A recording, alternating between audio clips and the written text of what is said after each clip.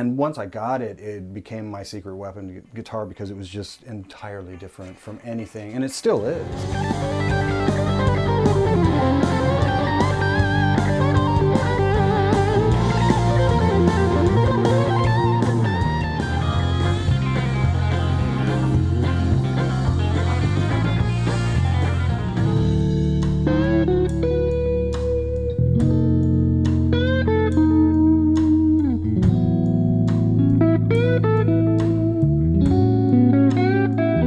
Alrighty gang, we have another episode of Guitar Stories here for you. Today with one of my favorite guitarists out there, Mr. Shawn Tubbs. Now, Shawn is also a really good friend of mine, so it was extra special to get to do this video with him.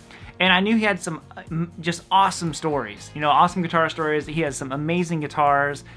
Shawn was Carrie Underwood's guitar player for a long time. He also has a very long session career, as well as solo album, Demolition, all kinds of stuff. Shawn is just the man. And if you guys are digging these videos at all, do me a huge favor, check out Shawn's channel. Shawn has an amazing YouTube channel, just endless inspiration watching him play.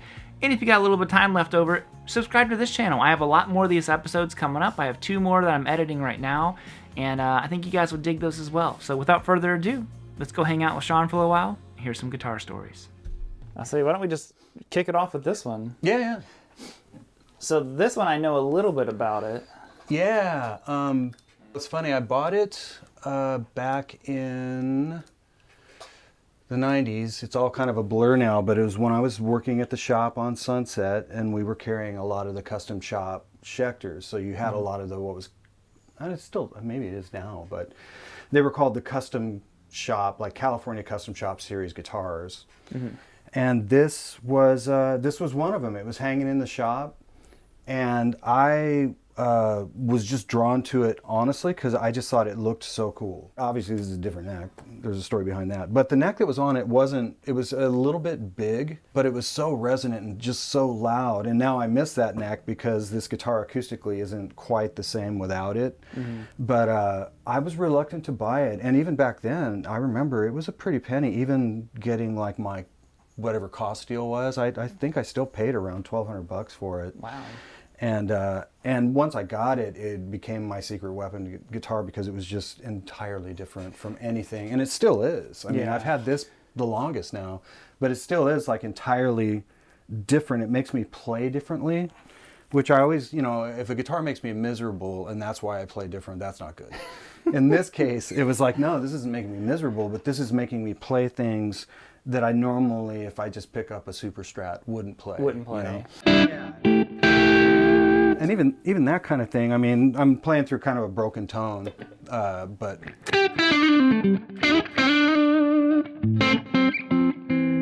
just that neck position was killing me. I was just like, God, this is so good sounding,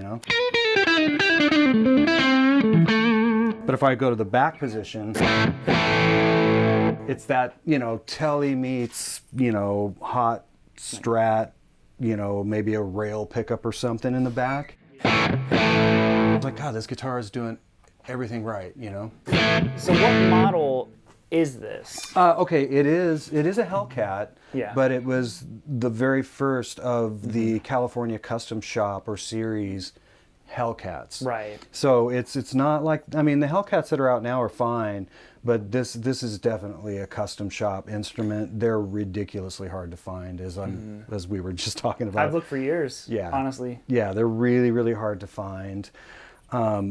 This one in particular has been through the ringer because obviously that's a different neck. That is not a Schechter neck. No. So what does PLD mean? Parking lot disaster. That's what I wrote on the neck. So yeah, I was on a session. It was at Capitol Records. It's so long ago now, but I showed up with my usual gazillion guitars with my truck. I probably showed up with 15 or 16 guitars. Wow. It was a week-long session, and all my amps, and I didn't use cartage back then. I just hauled all my own stuff with the truck, and it was late. I think it was like 3 in the morning or something when I got out, and a lot of the players were still there. The bass player was still there. Actually, yeah, and the drummer, he was still hanging out. Of course, the artist was still there, but I was done. So I went out and loaded all my stuff in the truck and went on my merry way. And as I was driving home, on the 5 South, headed back to Huntington Beach, I get this phone call that I don't recognize the number. But I was like, oh, I better answer. God, it's 3 a.m. And sure enough, it was the bass player, and I'm not going to do the name drop thing, but he was like, hey man, I found your guitar out in the parking lot. It's like laying there like a corpse. He was kind of like, what's wrong with you? And I was like, oh, that's usually what I do, is forget things. And he was like, oh, but I also have some bad news, you know, and he's like, you'll see it when you get here. But what I realized immediately as I turned around to come back and get the guitar, what I had done. I remembered, oh, that's right. You know, some of my guitars were in gig bags, some of them were in hard shell cases, so I was loading things into the cab in the back of the truck, and I just happened to lean this one in the gig bag on the passenger side of the truck. I came around to the other side thinking I was done. That guitar is there, and basically as I kind of did a sweeping turn out of the parking lot, the guitar tips over, I don't hear a thing, and then I just drive right over the headstock. You run over and your I own guitar. I didn't just sort of, you know, break the neck. No, it was splintered. I mean, it was just like when I opened the case, just at the top, I was like, oh no, did I really? And they're all, of course, in there, you know, with me while I do this, but I'm like, zzz, and dust. It's just like, everyone's, no. Yeah. And what was so funny is the producer on the session, he was like, dude, that's the guitar you used for almost this whole session. That's the one you leave and run over. So it was one of those things where it's like, at the time, I mean, I can look back and laugh now, but at the time I was just heartbroken on so many levels. Plus I just felt like such a moron. Man. Who does that? Me. And so I couldn't get a new neck for it at the time. I don't know why. It was Mike Ciravolo back in the day. I remember reaching out to him about it, and there was something about the fact that it was a California custom that they couldn't just make me a new neck. It was basically just a solid no. Oh, we can't. Is it like they're like, that neck is a one of one? We can't. Yeah, and for like me, that, I was like, you probably bolt something on there, right? Yeah. But yeah, so they wouldn't, and it's not to disparage them, but they were basically, it was just a hard no. So I just wanted to get this thing working again so I could use it. So I ended up getting a neck from Warmouth, and it's kind of a really slick, you know, not my favorite neck, to be honest with you. Not that Warmouth doesn't make great stuff, but for me it's like, well, this one's available. Yeah. It's, you know, it's rosewood, which is cool, and the maple thing's cool. Nice bird's eye. The birds are beautiful on it, and what's crazy is we were just talking about I need to do an adjustment on this. But this neck with all these birds, I normally won't get a neck that's crazy figured like that because they're just not stable enough. Really? For the most part. Now, if you get like a roasted and all that kind of stuff, it's kind of a different deal. But I've always struggled with bird's eye maple necks just not being super stable. And even super flamed necks. I think now it's probably not as much the case. But back then, it's like... But anyways, I'm digressing. It is beautiful bird's eye, but it's been pretty stable. This neck is a little bit maybe too slim for me, but it just works. So, and that was years ago, because I've always thought, oh, maybe I'll put something that's got a little bit more shoulder and one that's like satin or roasted instead of finished. Right. And I just never do, because every time I sit down with a guitar, I'm like, it's fine. Well, kind of make it you've customized a custom guitar. Yeah, exactly. I customized my custom, but yeah, I love this thing. Like I said, it's total secret weapon. I've done all kinds of things with it where I'll put heavier strings on it and detune it to all kinds of crazy tunings, and yeah, I mean the 3 pickup positions alone.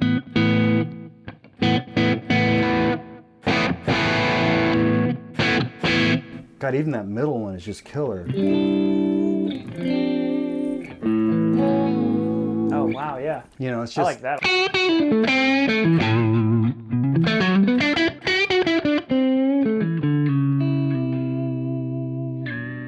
Then if I add that to it,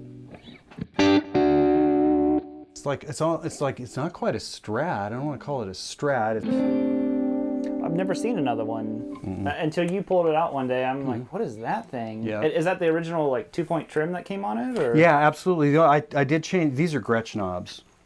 I was going to ask about that. Yeah. That was what it came with? Yeah. Those are Gretsch knobs. It came with these big kind of almost Art Deco-y looking knobs that were actually cool. They were like big black kind of hat knobs.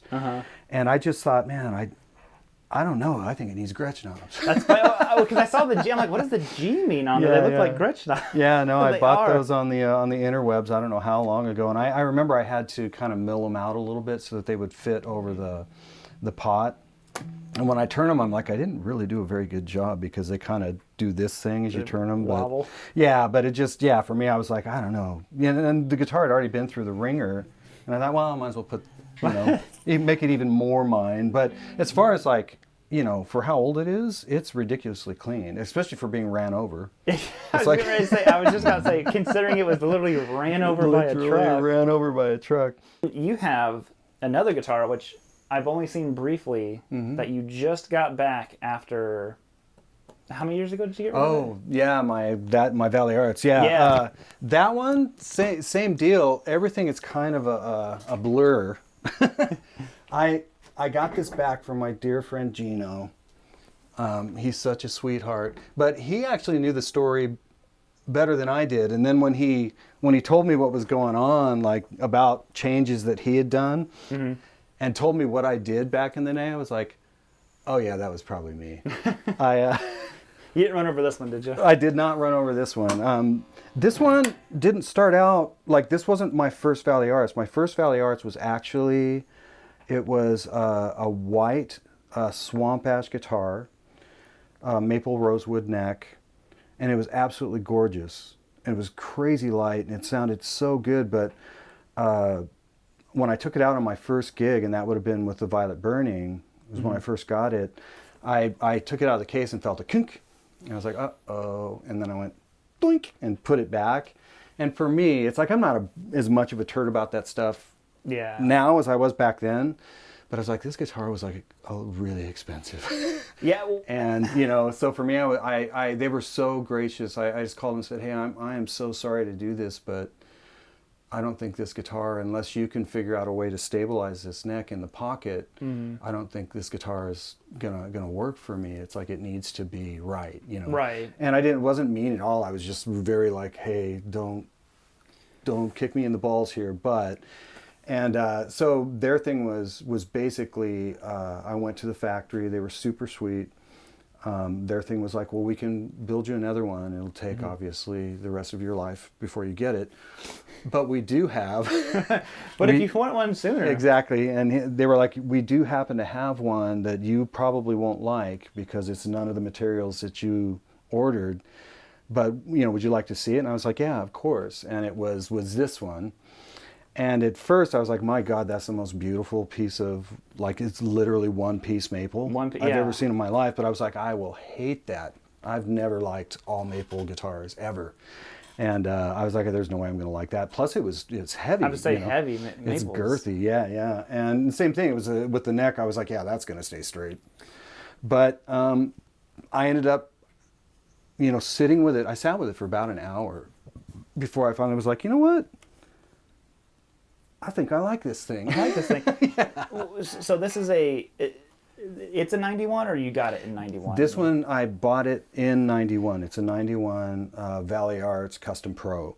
What an odd, for back then to have so much figuring on the wood. I mean, they were really, to anyone who doesn't know about Valley Arts, look them up. Like, look at the players who were playing them. They were ahead of a lot of, modern stuff. Yeah, back in the day, they were a pretty mystical guitar. I mean, now, custom instruments are so prolific. But yeah, back in the day, it was like, you had Valley Arts, Pensasur, Tom was around doing his thing. They had Custom Shop Schecters. But really, Valley Arts was like the magical, wow, you've got a Valley Arts. Yeah. This one isn't considered, a lot of people do think it's a Luke model, but it's not. I was going to say, because Lukather played on. Yeah, this is a Custom Pro, but it's not like a Steve Lukather model guitar. But yeah, so I had it for a while. And then as us musicians do, we, get a little strapped for cash. And I had kind of moved out of, because this is a 7/8 scale guitar. So it's almost like playing ukulele. If you sit down with this after sitting with like one of my Tylers or something, it's like, oh, this is tiny. Yeah. But I was kind of moving away from that type of scale thing. I was also moving away from Floyd's, and I just wasn't playing it that much. And it also had the original EMG pickups in it the SAs. And I was kind of moving away from that sound as well. So I just wasn't really playing it, but I always had it hanging on the wall in the shop. And Gino is a great guitar player, really sweet guy. He took an interest in it. You know, he's like, hey, would you be willing to sell that? And I think because I thought I sold it to him outright, but I think what we ended up doing was he traded an Anderson to the shop for this guitar. Mm-hmm.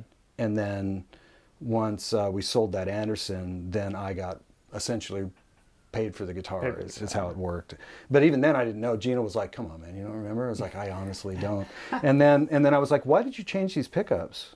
Like from the EMGs? And it was the same thing. He's like, dude, you don't remember? You don't remember? And I was like, I don't. What happened? He's like, oh, let me tell you what happened. I showed up with a guitar, and basically the whole assembly had just crapped out. Like something happened, and he was like, I just want to put something different in it anyways. And it's just what I did back in the day. But so we had a guitar tech there, Joel Grant, who's absolutely amazing. He copied the pickguard.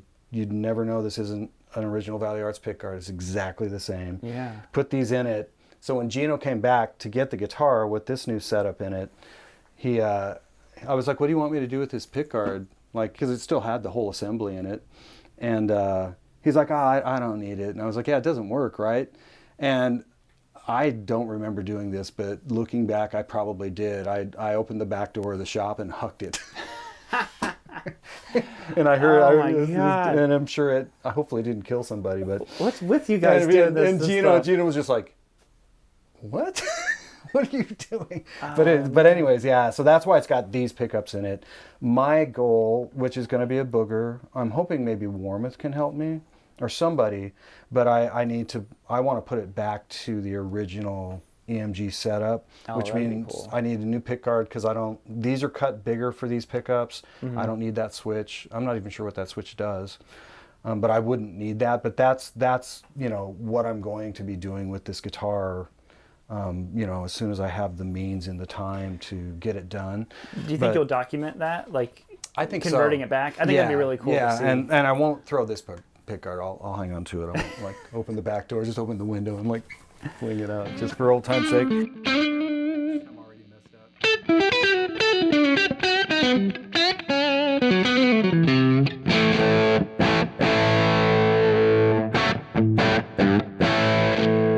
Oh, I see what that's doing. Okay, so switch up is parallel. Down is series. Yeah. You learn something new every day about a guitar you've had for years. You sure that's your guitar? Yeah, exactly. But yeah, this one I did buy new. I bought it from Tyler at $99, and kind of same thing. I loved it. Played it a lot. Put all my own dings in it.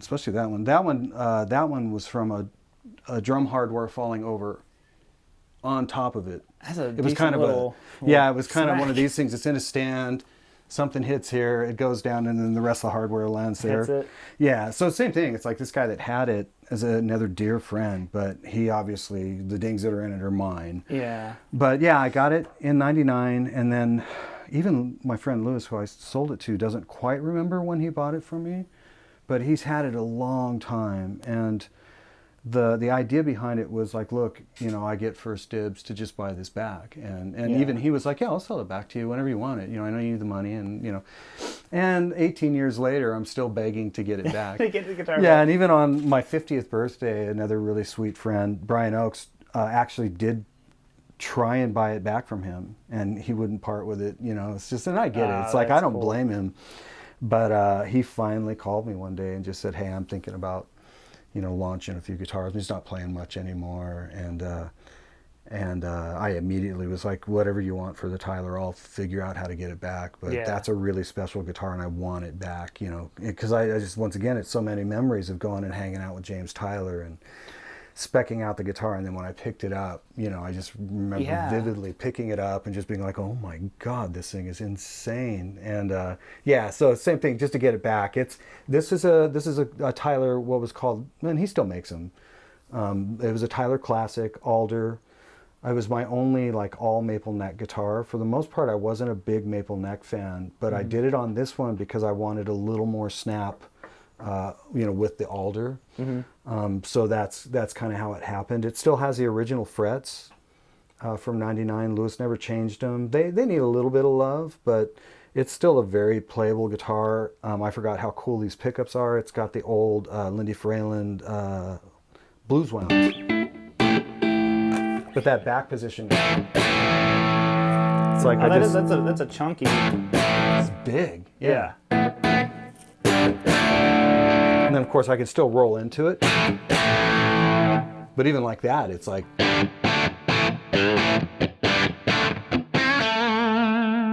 And if I want to, fatten it up, just roll the tone off a little bit. Because I've always been a turd about that. Like, this tone control has to be on the bridge pickup alone. Yeah, because I never roll the tone off of these anyways. No. It's like I really just need one, but just put it back here. But yeah, I mean, these pickups, I just forgot.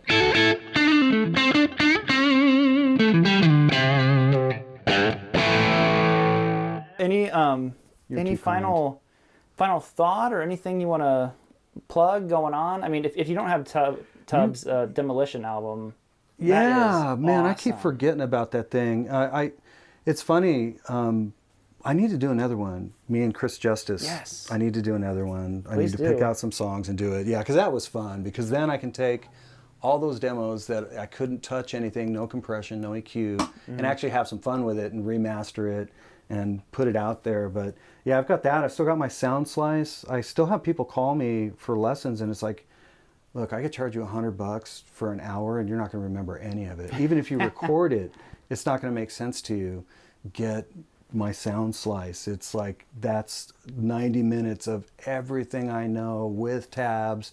When I slow down, the tabs slow down with it. It's amazing. I have it. And you do have it? Oh, of course. Oh, man. I have anything you've ever means released. a lot, What are you man. talking That's about? awesome. That's so cool. But yeah, I mean, that's been, and that's another thing I always forget about, kind of out of sight, out of mind. It's sold really well, but yeah, I still get people calling for lessons, and it's like, oh man, you don't want to.